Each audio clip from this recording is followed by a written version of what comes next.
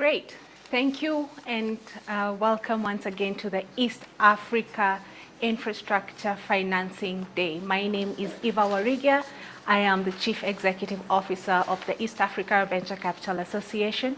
We are the umbrella body for all private capital providers in East Africa, covering 5 markets. And our role is to facilitate investment into East Africa. I am delighted to kick off our first panel of the day, which has very distinguished speakers. And to kick us off, the panel is titled The Role of Investment in PPPs, a very exciting topic given that public-private partnership is one of the ways to unlock private capital into infrastructure projects across Africa. By using private capital or leveraging private capital, we have a chance to increase the prioritization of PPP projects, and it's one way to arrange for financing for public infrastructure, absorbing some of the burden of our local government, while also presenting an opportunity for international and local investors to collaborate in deal activity. And to kick us off, I would like to introduce my panelists. I have on the panel Mr. Henry Kianda, who is with Everstrong Capital. Henry Kianda has over 18 years experience in pension fund administration and investment management. Before his role in Everstrong, and Henry was the Chief Executive Officer and Trust Secretary for Kenya Power Pension Fund, one of the leading pension funds in Kenya, where he was responsible for strategic management, administration, investment, strategy, and risk management. Henry leads the team at Everstrong Capital in Kenya, and he has an MBA from the USIU, along with a Bachelor of Science in International Business Administration. The other party to this very distinguished panel is Ms. Martha Cheruto. Ms. Martha Cheruto is the Deputy Chief Executive Officer of the Kenya Private Sector Alliance, and KEPSA, which is the acronym of the Kenya Private Sector Alliance, is the umbrella body for all private sector players in Kenya. And their mandate, quite significant, is to represent the private sector interests, advocating and creating partnerships with government for the same. Alongside Martha, we have Mr. Ngatia Kirunge. Mr. Ngatia Kirunge is the head of secretariat at the Kenya Pension Fund Investment Consortium. Mr. Ngatia Kirunge is also the founder of Spearhead Africa, which is a Nairobi-based property and infrastructure advisory firm. He is at KEPFIC responsible for jointly assessing and investing in in-house housing and infrastructure opportunities within the East Africa region. Ngatia is responsible for developing the firm's investment capital networks, working with local and international investors, which include commercial and development banks, pension funds, insurance companies, and asset managers. Finally, we are joined on this panel by PPP Directorate Head of Legal, who is Dr. Ronald Timsang. Dr. Ronald Timsang is an expert in legal affairs as far as public-private partnerships are concerned. This panel will be moderated by Ms. Fahima Zain. Ms. Fahima Zain is a director of the investment committee at Everstrong Capital, and she has over 25 years experience as an investment manager. She previously served as the Chief Executive Officer of Gen Africa Asset Managers. And ladies and gentlemen, that is the panel that will kick us off our first session of the day. Feel free to interact with us as we discover more opportunities for private capital to play within the PPP space in Africa. Thank you. So the need for infrastructure investment is one of the greatest global challenges of our times. And while in Kenya, there's been significant progress made in improving infrastructure, a lot still needs to be done. The country is estimated to require sustained expenditures of about $4 billion a year to meet its infrastructure needs. And we also face a significant funding deficit estimated at over $2 billion annually, which again constrains growth and development. Now, taking into account that our debt to GDP ratio currently stands at 70%, what this means is that the infrastructure funding deficit cannot be met solely by public resources, and we need to mobilize private sector and local currency to finance infrastructure needs, which is fairly important. And the benefits of doing this are significant, with the World Bank estimating that increasing infrastructure investment financing could improve our per capita growth by over 3% annually, which is huge. Now, one way of addressing this is public-private partnerships. And Kenya actually adopted a PPP policy in 2011 and enacted the Public-Private Partnership Act in 2013. Subsequent to this, we've had more legislations and regulatory changes which have been passed to strengthen the PPP framework. And the legislation aims to encourage private sector participation in key sectors of the economy, including energy, health, housing, transport, telecommunications, water and sanitation, agriculture, trade, amongst others. Increasingly, there's also been quite some focus put in place to get local institutional investors as well as international investors to participate in these initiatives. Now, today we have the pleasure of having a distinguished panel of individuals representing investors, private sector, government, on the first discussion, which is the role of PPPs in infrastructure investments. With us, we have Mr. Chris Kirigwa, who is the Director General of the PPP unit in the National Treasury. We have Mr.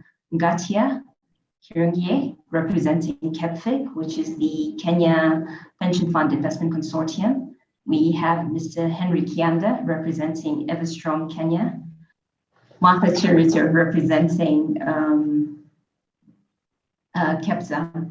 So welcome, ladies and gentlemen, to this session on infrastructure investment and the role of PPPs in Kenya. We'll start with Director Chris Kirigwa, then we can. So the PPP Act was enacted in February 2013. Walk us through the mandate of the PPP unit and what the unit has achieved so far. Okay, then I'll move on to Martha. So for PPPs to succeed, there has to be buy-in from private sector. Martha, I'm aware that KEPSA has had various engagements with government on PPPs. What are your views as an organization on this, and what are some of the initiatives that your organization is looking to encourage private sector engagement and participation? Okay, moving on to you, Henry. Everstrong Kenya is pioneering the first ever infrastructure fund targeting both local and foreign investors. Why don't you tell us a little about what opportunities PPP presents to your fund? Thanks, Fahima, and it's a pleasure to participate in this panel with very distinguished speakers. And to respond to your question, we, as Everstrong, maybe a quick background of what and who we are. Everstrong Capital is a US-based infrastructure investment manager, and we look at owning assets across key infrastructure assets here in Kenya and across Africa.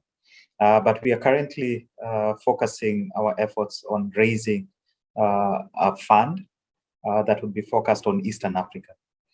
We have seen quite a number of opportunities that investors would be interested in. And maybe just to mention about why we are excited about this space. One, of course, as has been mentioned, the government of Kenya has enacted the PPP Act.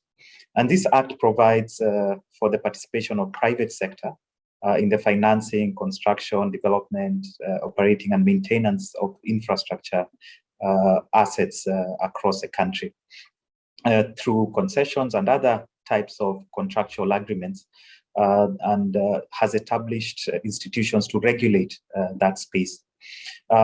We are happy about that because the Act also provides mechanisms and how government would provide the financial security that is required for us as private sector to participate. I'm particularly excited, and I'm sure Ngatia would speak more about what the local investors are looking at, and especially the pension funds. But we are excited that we have been able to generate quite significant interest in this asset class, which is a new asset class for pension funds. But it is indeed one that is required for this market, especially for the diversification needs that pension funds have. Infrastructure as an investment asset class typically provides stable investments with long-term cash flows that are not subject to the ongoing fluctuations of the market or the economy. So investments in infrastructure are not correlated. And in particular, for pension funds, it provides an ability for them to match their long-dated liabilities because of the long-dated structure of infrastructure. And so we are happy that local institutional capital is participating, because it also provides, as you've said, there is a deficit in terms of financing. We are familiar or aware that local capital will not in itself be sufficient. And so to catalyze international investors to participate in these markets and in these assets, then it is good to show some skin in the game through local pension funds. So pretty excited about the future of infrastructure. Infrastructure is a foundation of any economic growth. And we are excited as Everstrong Capital to be in this space. Okay, thank you, Henry, and all the best with the fund. And that actually provides a perfect segue to you, Ngatia. We have a number of investors on call who would actually be quite interested in finding out what KEFIC was actually set up as a consortium of local pension funds to tap into infrastructure investments. So maybe first you could speak to what are some of the goals your organization seeks to achieve with respect to infrastructure financing. Thank you, Fahima. And just like my colleague Henry has said, I appreciate being on this panel, and thanks for having me. KEFIC, like you mentioned, is a consortium of local pension schemes that have come together to jointly assess and invest into infrastructure opportunities. KEFIC stands for the Kenya Pension Fund Investment Consortium, and right now we have over 27 members with just over 500 billion shillings in assets in aggregate. As per the law right now, these pension schemes can invest up to 10% of their assets into infrastructure. And so we're talking easily 50 billion shillings plus, which is a considerable amount, but like Henry has just mentioned, would catalyze a lot more from international investors that want to see local funds participate. I would summarize our objective of KEFIC really just into two simple points. The first is to grow the investment expertise of our membership and of the larger pension fund community. These are the fund managers, these are the pension fund trustees, these are the administrators and the various service providers, to have them just as comfortable with infrastructure opportunities as they currently are with property, stocks, and bonds. So growing their expertise is our number one priority. But secondly, it's also to bring to the table investable opportunities that they can review together with their fund managers and assess for themselves, the suitability for their portfolios. So the two are hand in hand, and we actually do believe the best way to learn, the best way to enhance capacity building is through looking at live opportunities. So I'm happy to say that we currently have about 5 transactions that we're looking at, and we're also very happy to partner with organizations such as Everstrong that are an alternative format for these pension schemes to get infrastructure exposure.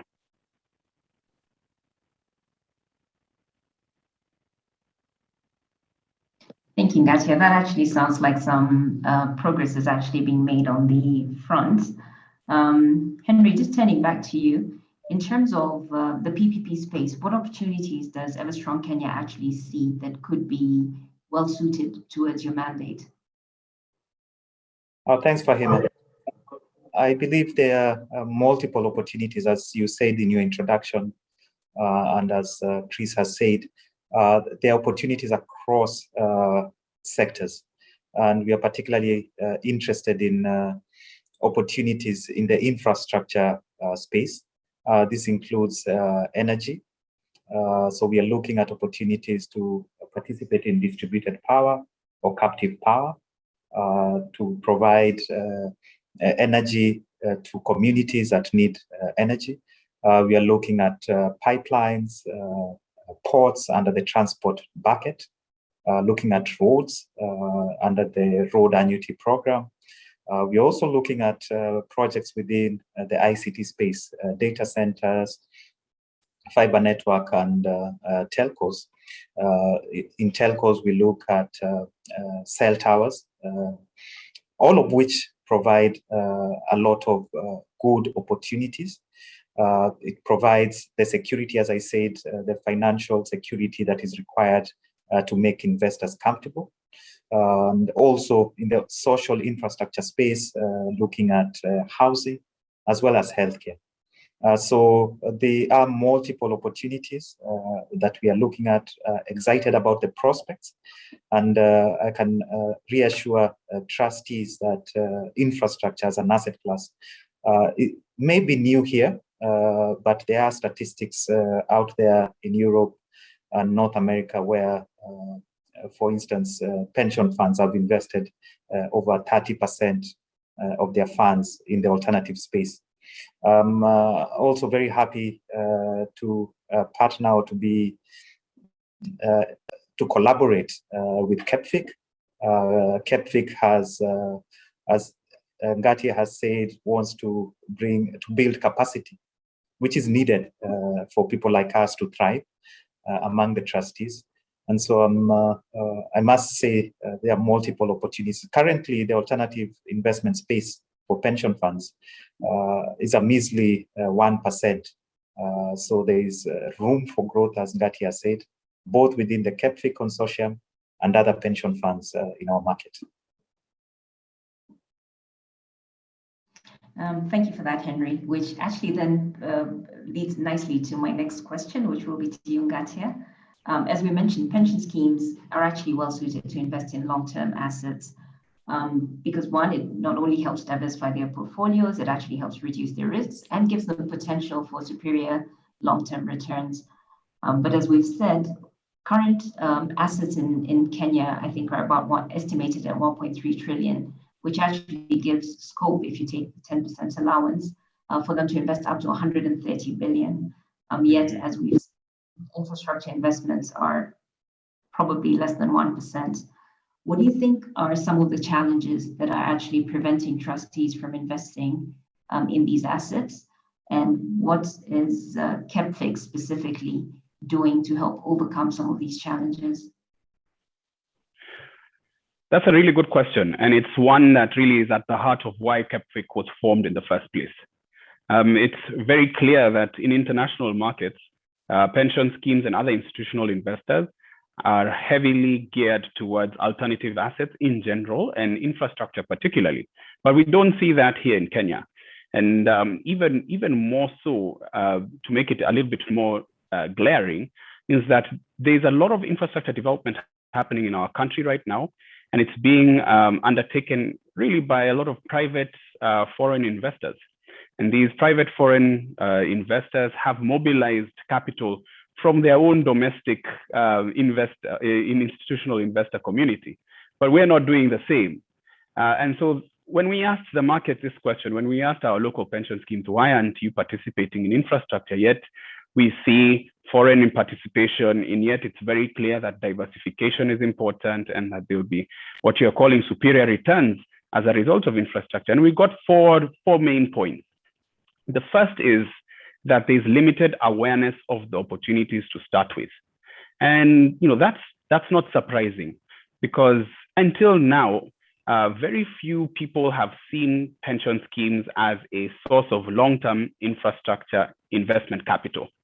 I think we understand pension schemes buy stocks and bonds and put up buildings, but very few people have looked to knock on the doors of the pension scheme community to say, hey, we have this power plant or we have this road project. And so we only get to hear of these opportunities once they're being signed and they're in the newspapers or in the news. But even if we were aware of the opportunities, the second reason why there's been lack of appetite or lack of uptake is because of the limited investment expertise. Infrastructure is a new asset class for us. It is only just last year that the regulator, the Retirement Benefits Authority, introduced infrastructure PPPs as a distinct investment category. And so in the past, if you think about a typical pension scheme portfolio, almost 50% of that is in government bonds. So you can expect pension schemes to understand bonds.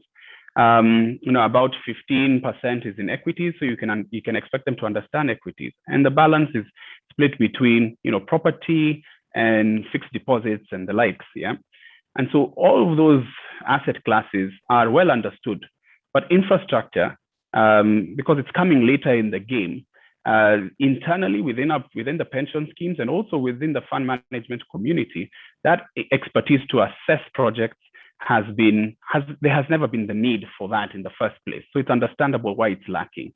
The third reason is just the sheer size of these investments.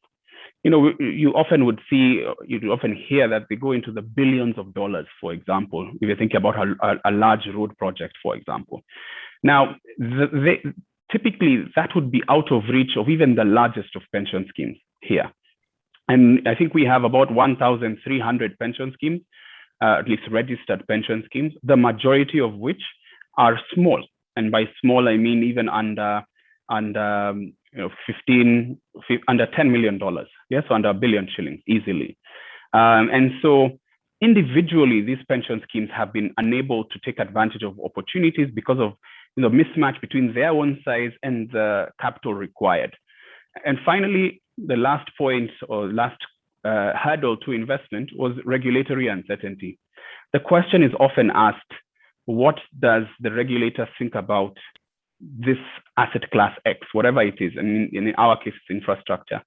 And because no one wants to fall afoul of the rules and the regulations and the laws, the regulatory guidance until recently, like I mentioned, was lacking.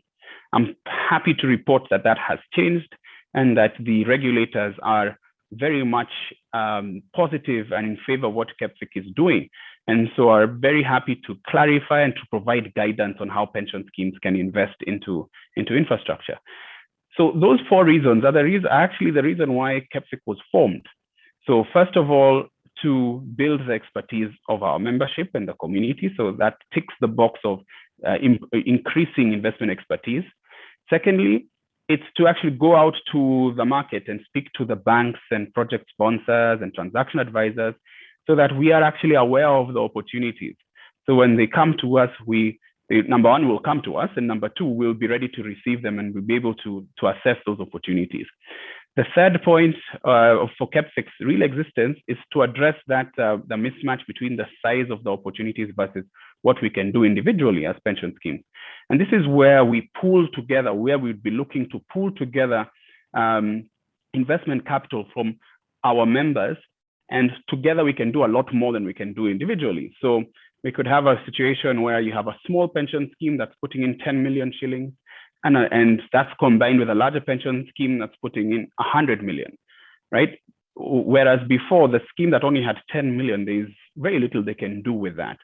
But if we pool enough capital, both domestic capital as well as the international capital that would be catalyzed, then now we can start to really be able to tackle some of these larger investment opportunities.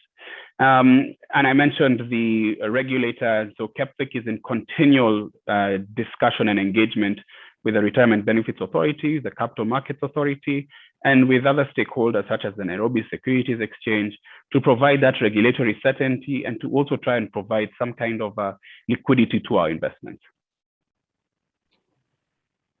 Yeah, it's actually a lot of developments taking place. I'm happy to actually hear that, which then leads me to my next question. Henry, back to you. I know in your previous life, before you joined Everstrong, you headed the Kenya Power Pension Fund, and that was one of the pioneers who actually used to invest in infrastructure. What would you say Kenya Power Pension Fund would have done differently that could be lessons for institutional investors, local pension funds listening in on the call in terms of tapping infrastructure investments? Thanks, Fahima. Yes, I guess from a pension fund trustee perspective, when I was at the Kenya Power Pension Fund, we did invest directly into single assets. And for that reason, we were able to get some insights, or the trustees were able to get some insights. As Ngati has said, there was capacity building among the trusteeship within the pension fund. Obviously, there is higher risk when you go into a single asset. And I would imagine that there would be need for diversification. And so vehicles like Everstrong and others that provide a pool of assets that would go into different sectors would be good. I think the other key lessons is to use professionals, to use, as Ngati has said, there's need to have expertise in the market. So speak to people who understand the space, who have done it, in terms of lawyers, in terms of bankers, in terms of project sponsors, to get more insights. In some of the deals that I undertook when I was at Kenya Power Pension Fund, of course, because of not having enough insights, we may have made some mistakes, or we may have gone through some challenges because of documentation of what our requirements were as trustees. And I believe that's why KEPFIC is there, because KEPFIC would be able to review some of the questions, would be able to interrogate some of these investments to ensure that when they're advising the trustees, that all the investments tick the box in terms of risk, in terms of structure, and in terms of credibility of the opportunity. So I believe the market has changed, has improved, thanks to KEPFIC and many others who have consistently pushed for this asset class. That is interesting.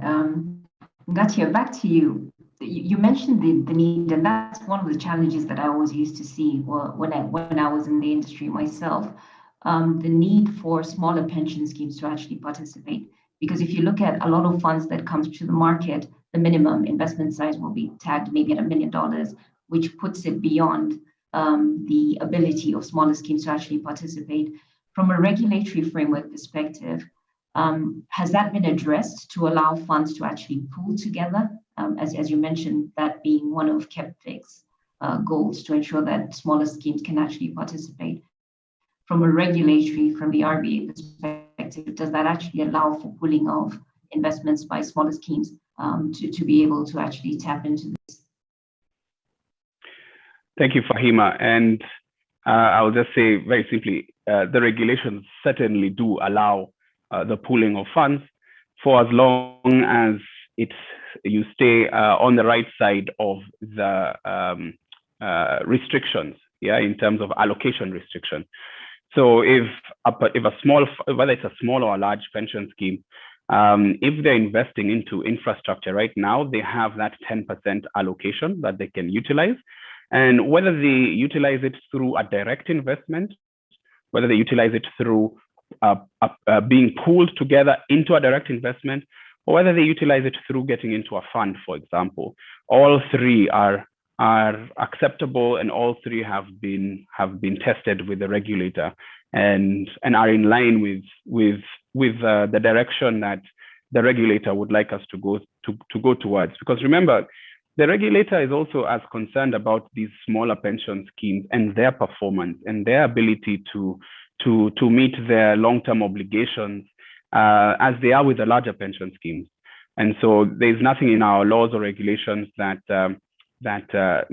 would preclude them from doing so, from pooling together. In fact, we're looking at ways to actually encourage them to do more of the same.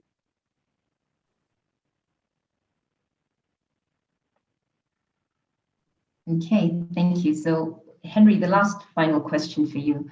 Obviously, trustees have a lot of concerns around the risks of dealing with government with regards to infrastructure investments.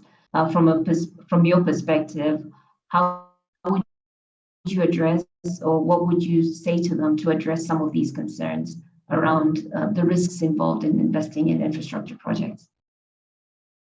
Thanks, Fahim, and that's critical questions for all trustees, because the role of trustees is to preserve the capital on behalf of the trust membership or the fund membership. And so in our case, and perhaps Chris has talked about it, the structuring of deals here in Kenya and across Africa, deals are very well structured. And so there is some report that I've heard or seen that speaks about the default risk. Africa, for instance, and you'll be surprised, in terms of default rate, is negligible compared to other parts of the world. There would be a default rate of less than 3%, while in other developed markets, the default rates are in double digits. The reason this has happened is because when foreign investors are coming into Africa, they have demanded for all forms of suspenders, so to speak, to ensure that their investments are secure. And so things like letters of support, guarantees on political risk, makes projects, and especially under the PPP framework, more secure, while at the same time providing superior returns. And so we are happy to share some of this data with trustees, just to demonstrate that investments in infrastructure are solid, both from a return perspective and also from a risk mitigation perspective. Okay, thank you very much, gentlemen. I think the whole session has been fairly insightful. I hope we've shed a lot of light to trustees about the role they can play in plugging the financing deficit in a very important aspect of funding infrastructure investments, which generally benefits the economy at whole and actually improves returns for members across the board. I think with that, we can come to the end of the session. Thank you both very much for your time. Thanks, Fahima. Thank you, Fahima. You're welcome. To my co-moderator, Fahima Zain, and to our panelists, Mr. Ngacha Kirunge and Mr. Henry Kenda. Now, one of the areas that Henry alluded to towards the end of his session was how government is working to get private investors at ease by creating a framework that, working with the public-private partnership department, a framework that one, de-risks or significantly reduces the risks associated to the project, and two, works alongside the private capital providers in working towards realizing government project strategic goals. And with us, we have not Chris, as has been alluded to earlier, but Dr. Rono Tumising, who's the head of legal at the Public-Private Partnership Directorate within the National Treasury of Kenya. Dr. Rono is going to share with us a bit more of what the PPP department is doing at the National Treasury to accommodate some of these concerns that our previous panelists have shared through this session. Dr. Tumising, karibu. Asante sana. Thank you for inviting the PPP Directorate to be part of this conversation. We are grateful to Everstrong for seeing the need to broker this conversation series. Of course, as has been mentioned, back in 2013, the government of Kenya enacted the Public-Private Partnerships Act as a deliberate policy measure to promote PPPs in terms of advancing, accelerating, as well as consolidating public infrastructure development in Kenya. Now, this almost a decade-old piece of legislation has now been overhauled And I'm happy to announce that last week, our National Assembly passed the PPP Bill 2021, and this new law actually takes on board learning that we have logged in over the last 10 or so years of implementing the old legal framework, creates a much more enabling framework for the implementation of PPPs in Kenya, and makes it a lot more investor friendly. The PPP Directorate, where I work, is a very central player in the PPP ecosystem in Kenya. And we welcome the opportunity to share our views today. Our mandate, as you must know, relates to the implementation of the PPP legal framework, the promotion of a bankable PPP pipeline, and a sustainable one at that, and the promotion of linkages with our partners. And now these partners, for purposes of this conversation, are the private sector, financing institutions that stand behind investors in the PPP space, insurance providers, institutional investors, as well as the people on whose behalf the very idea of PPPs has in fact initially been mooted. Infrastructure must be seen as a public service delivery platform. And it's also a critical enabler to private sector investment activity. And as public service delivery platforms, they're also a tool that we utilize in leveraging the private sector to advance our ability to do the three main things that PPPs are essentially crafted to do. And PPPs address these three issues. First issue is essentially addressing what most of us have already spoken to, which is helping to lower the infrastructure funding gap. The Kenyan infrastructure funding gap is estimated at between $4 and $7 billion. And that's an annual requirement if we are to plug the infrastructure deficit in Kenya.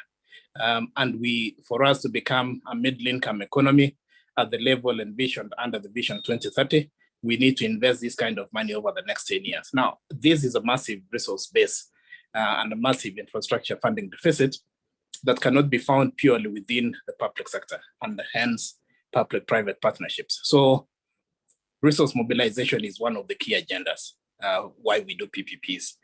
But also intrinsic in the concept of PPPs is an agenda on the part of government to address some of the more embedded historical challenges and inefficiencies of public sector functionaries in infrastructure development. And these include things like the quality of project selection, efficiency in time and cost management during project implementation. We have delays, we have cost overruns, things to do with design deficiencies and things of that nature. There's also issues around contract management and project management that have dogged the ability of the public service to become an efficient businessman. Public-private partnerships help address some of these issues. But there's a third issue, which is essentially the question of addressing the quality of the asset over time. And a lot of times we see a mismatch between asset delivery and asset life. And the idea of locking in public-private partnerships is to lock in operations and maintenance capabilities for the public sector to ensure that public services are enjoyed on this platform for longer, in better quality, and with a level of certainty and predictability. But PPPs are expensive. So we must retain a focus on affordability as well as value for money for these things to make sense to the persons on whose behalf we do PPPs. And so in short, we do PPPs to enable the private sector to become partners with government in developing and building the country that we want. And so we come to the key question: how do institutional investors plug in? Institutional investors, we understand, are looking for an asset class that guarantees certain profiles in returns. You're looking for low volatility, you're looking for predictability, you're looking for an asset class that gives you certainty. That $1 in is $1.50 out, so to speak. And PPPs fit the bill. They are actually the reason that we believe the private sector, particularly local Kenyan pensions, partnering with foreign pensions and venture capital funds, are beginning to get into the PPP space. And PPPs offer you these key features. It gives you a long-term outlook up to 30 years, gives you a very stable return profile. It gives you a security package. Henry has mentioned that deals in Africa are very well structured.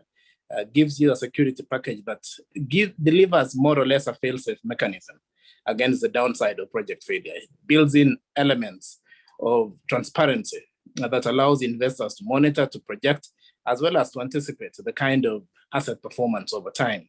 And so as institutional investors, you can plug in as debt providers, you can plug in as equity providers, you can plug in as providers of shareholder loans, you can plug in as providers of mezzanine finance, you can plug in as refinanciers of deals, and you can enter the deal curve right at the beginning, take a stake during construction. You can enter the deal curve slightly later in the game during the operations and maintenance phases of a project. All of these issues create an enabling avenue and platform for institutional investors to contribute to nation building. But we also understand from what Ngatia mentioned, that institutional investors sometimes have constraints when it comes to project risk assessments. The whole idea is essentially to ensure that you as institutional investors develop avenues and methodologies for risk arbitration. One is to piggyback commercial banks and lenders in terms of project appraisals, or the establishment of arm's length specialized investment vehicles or platforms that can serve as platforms for risk aggregation, risk management, and risk disaggregation. And we do believe that those mechanisms are actually available. And last point I want to mention is that information access is seen as a key issue to enable institutional investors to play in this space. And that's partly why over the last 4 years, the PPP Directorate has deliberately engaged the pension fund industry in Kenya in terms of creating awareness of what's happening in the PPP space. We want to continue these kinds of engagements. And so I just want to conclude by saying we have a very deep, a diverse and dynamic pipeline of PPP deals drawn from various economic sectors: roads, transport, including ports and waterways, education, health, energy, water, solid waste, urban infrastructure such as streetlights, traffic management systems, bus rapid transit systems, housing, manufacturing. Our PPP pipeline is rich and it's diverse. It allows for opportunity for everybody to play. And we welcome this conversation. We welcome you to engage with us. We want to engage with you. Let us know how we can help. Thank you very much, and back to you.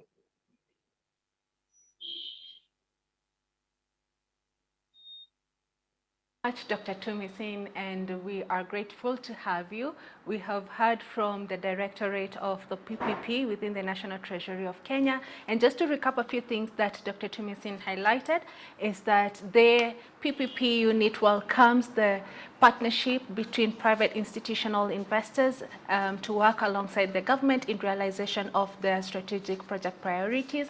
He has shared that they are willing to share information and actually willing to offer support to entities like KEPFIC and other institutional investors that are willing to take on the mandate to cover PPP projects. Dr. Tumisin has also highlighted that there are different levels of engagement that you can work with the PPP unit. He talked about technical assistance funding, or to paraphrase what he said, as well as getting involved directly through project financing. And finally, he mentioned that the PPP unit has done a lot of work to make sure that they deliver very well-structured deals and sort of work with you to alleviate some of the risks, concerns that understandably institutional investors may carry. Now, I would like to welcome our next speaker, someone who knows a thing or two about projects, and this is Ms. Martha Cheruto. She is the Deputy Chief Executive Officer at the Kenya Private Sector Alliance, a position she gained in March 2020 after an extensive career in the energy sector and private sector development. A seasoned business leader and engineer with a wealth of experience in both public and private sector, Ms. Cheruto has a record of accomplishments in contributing to the overall growth strategy of her previous organizations. As I mentioned earlier, KEPSA is the umbrella body for private sector, and they interact quite a bit with the public or the government entity, that is the Republic of Kenya's government, and she can give us a perspective of what it means for the private sector and ease of doing business to have institutional capital working to unlock infrastructure financing for Kenya. Ms. Cheruto, welcome, and we look forward to hearing from you. Good afternoon, everyone. Good evening from wherever you're watching us from. It is indeed glad to be with you today in this conference and just appreciating the role of PPPs.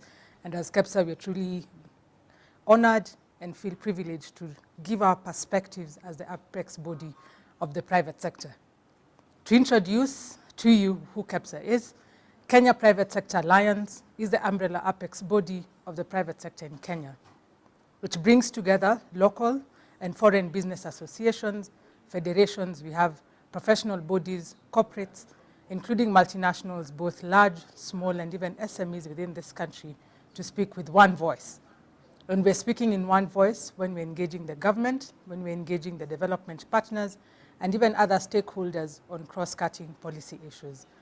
So one thing that we do as an organization is that we let the associations discuss their matters at the sector level. And when they feel that there's a need for the entire private sector to discuss cross-cutting policy matters, that is where we come together. And all this is to look at what affects the private sector and what needs to be done. We do support businesses on matters, finances, networking opportunities, market linkages. We do coaching, we do mentorship, and even access to markets. And fortunately, one of the items that we're looking at today is infrastructure, and infrastructure leads to access to different markets in this world. And therefore, one of the items that we'll be looking at today is how do we come in as private sector? Listening in from the other speakers about the importance of PPP, we as KEPSA have been at the forefront, engaging government and asking ourselves where do we come in and what do we need to do. So we are assured, or we do know, that the infrastructure projects are very capital intensive, and therefore government funding it alone would not enable us achieve every aspirations that we have very fast. So it means that there is an opportunity for the private sector to come together and even provide financing on this infrastructure project. We have very many opportunities, including the AFCFTA. Now that we are rolling it out and it is being implemented, then infrastructure plays a key role to ensure that different countries within Africa have access to the different markets within African continent. So coming in with the private sector and appreciating the role of the private sector in financing, therefore PPP becomes the best alternative for it. We say this because we've seen developing countries use their money and even get loans, and that takes up about 50% of the GDP. So to avoid countries getting into debt traps, then PPP is the solution. So we have encouraged and worked together with government in having a PPP framework and also asking the private sector to take up the opportunities that are available in the infrastructure perspective. Ladies and gentlemen, to just give you on what the items or the initiatives that we've done as KEPSA, we're looking at the enactment of the PPP Act of 2012. We were involved in the development, and we are happy that that came through. And at the same token, having an establishment of the PPP unit, and we've heard from the person from PPP unit under the National Treasury. So those are some of the things that we've done, and we have continued to engage government, because one thing that we do is we're looking at the policy and the legal framework as well as the regulatory processes, and therefore we go back to government or the public and give our input as private sector. So we are asking, and all the time, is about how do we de-risk, how do we ensure that the projects are bankable so that the private sector can take it up. We also engage because we are involved in economic diplomacy and attracting investors into this country. We work with the various agencies in the country on matters attracting investments, and one of them is KenInvest, and therefore we just provide visibility and also give information to investors on the available investment opportunities. The other thing that we were involved in, just to give you a background also, is in 2017. In 2017, we got some help, or we got some support from the African Development Bank, and we're just developing a compendium of the infrastructure projects. And here we're looking at the different sectors, and I can mention we were looking at transport, we looked at energy, we looked at housing, we looked at water and wastewater management. And all this is just to demystify the available opportunities that are there and the private sector can take advantage. The other thing that has also been highlighted with other speakers and which we want to reinforce is matters of sensitization. When people don't have information on the available opportunities, then it would be very hard for us to have financing for the same. Therefore, we had several workshops on the same.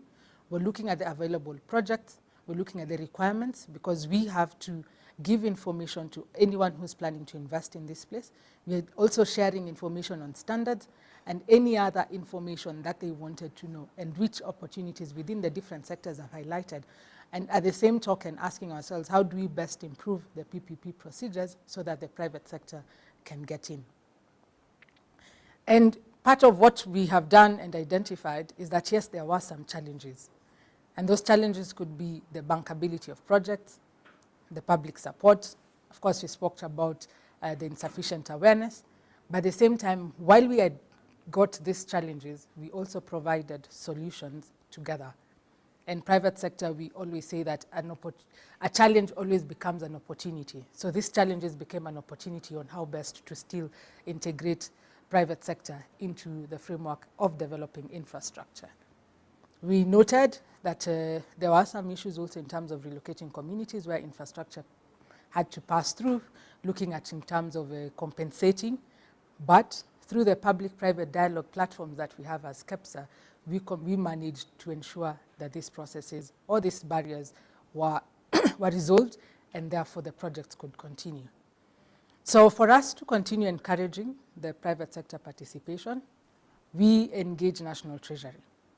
And we engage them on matters how to improve the PPP framework, as well as just looking at the act and asking ourselves what amendments do we need, and we've seen some amendments done. We've also championed policy and the business regulatory environment, and all this is just to address the cost of doing business, improving competitiveness, as well as sealing corruption loopholes in the country. As we know, KEPSA will continue giving information, sensitizing the local and the foreign investors. At the same token, also hosting the business-to-business forums. Remember, private sector comes, when we come together, we can work together and build together. Therefore, we can inform people on where opportunities are. There's also business to government, what available opportunities are there. And we also seek partnerships, because the PPP framework, when we look at it in this country, as we are inviting other investors into Kenya, we also work with other apex bodies in their countries. Therefore, we sign MOUs with them, and even so that we can know what investment opportunities they have.